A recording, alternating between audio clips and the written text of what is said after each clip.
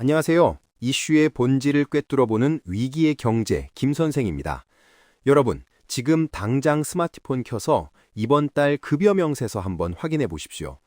27년 동안 9%에 묶여있던 국민연금 보험료가 올해부터 9.5%로 소리 없이 오른 거 확인하셨습니까? 매년 조금씩 올려서 결국 13%까지 가져가겠다는 게 이번 계획의 핵심입니다. 저 김 선생도 이번 명세서에 찍힌 공제액 보고 숨이 턱 막혔습니다. 이 귀한 내돈 도대체 어디로 흘러가는 걸까요? 정부는 말합니다. 보험료를 조금 더 내는 대신 나중에 돌려받는 수령액 비율을 43%까지 높여주겠다고요. 여러분, 43이라는 숫자가 주는 안전감이 때로는 가장 위험한 착시가 될 수 있습니다. 이건 사실 내일의 성장을 위해 오늘 우리가 쥐고 있어야 할 씨앗을 국가에 미리 넘겨주는 격입니다. 국가가 주는 장밋빛 약속이 화려할수록 그 이면에 숨겨진 복잡한 계산법과 내 자산의 실질적인 손실 가능성을 냉정하게 따져봐야 합니다. 현실을 똑바로 봅시다. 약속된 비율을 맞추기 위해 국가가 앞으로 짊어져야 할 재정적 부담은 상상을 초월합니다. 이건 우리 자식들이 평생 짊어져야 할 무거운 짐을 국가가 노후 보장이라는 이름으로 미리 쌓아두는 것과 다를 바 없습니다.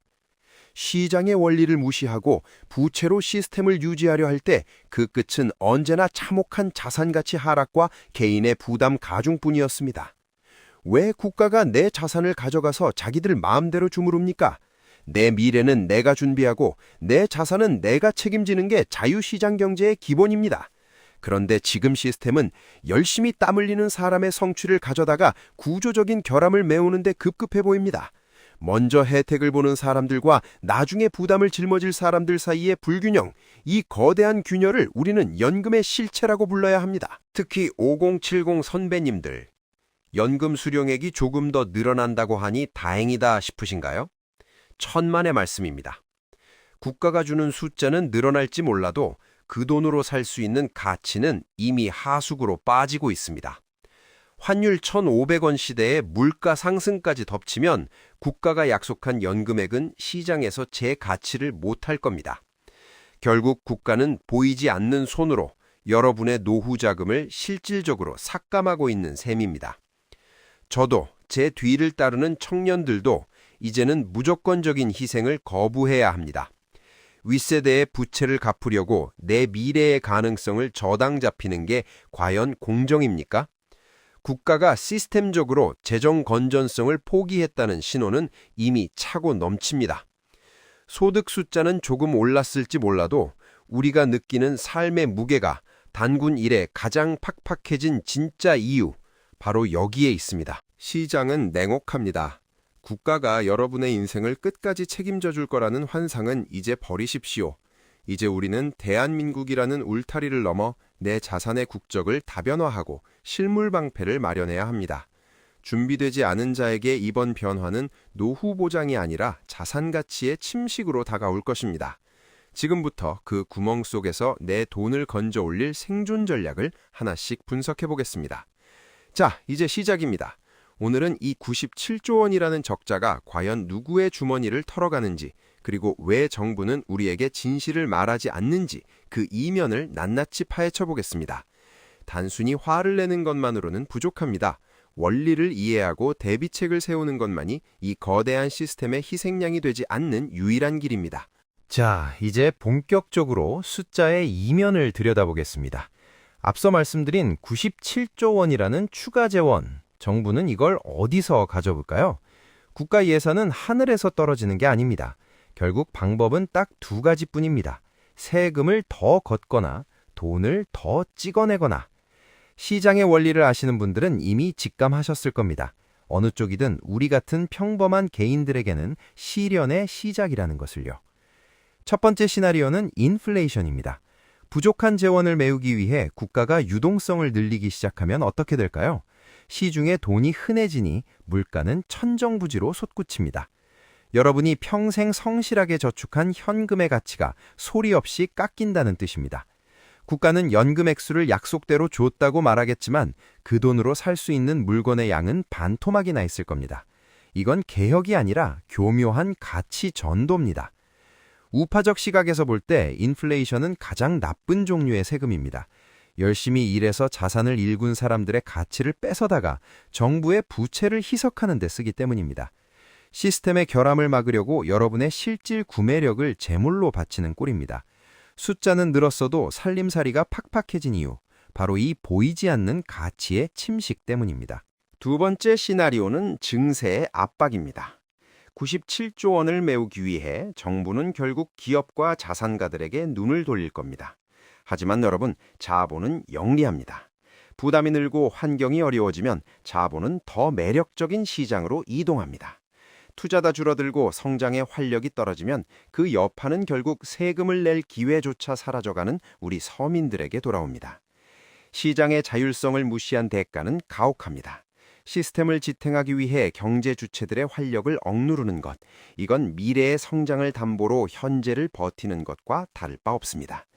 국가가 모든 것을 해결하겠다고 나설수록 개인의 자율성은 줄어들고 경제는 정체됩니다.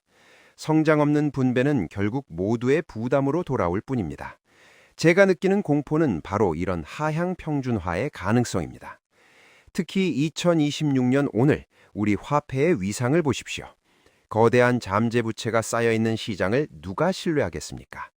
외국인 투자자들이 발길을 돌리는 이유 중 하나가 바로 이 미래의 불확실성입니다. 화폐 가치가 불안해지면 환율은 출렁이고 우리가 수입하는 에너지와 식료품 가격은 또 오릅니다. 혜택을 조금 더 보려다 생활비로 그 몇 배를 내야 하는 악순환에 빠진 겁니다. 정치권은 당장의 목소리에만 귀를 기울이지 어떻게 하면 우리 자산의 가치를 단단하게 지킬 것인지에 대한 장기적 고민은 부족해 보입니다.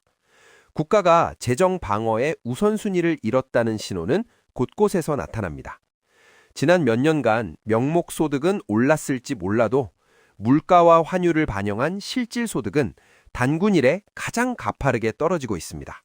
이게 바로 우리가 마주한 씁쓸한 현실입니다.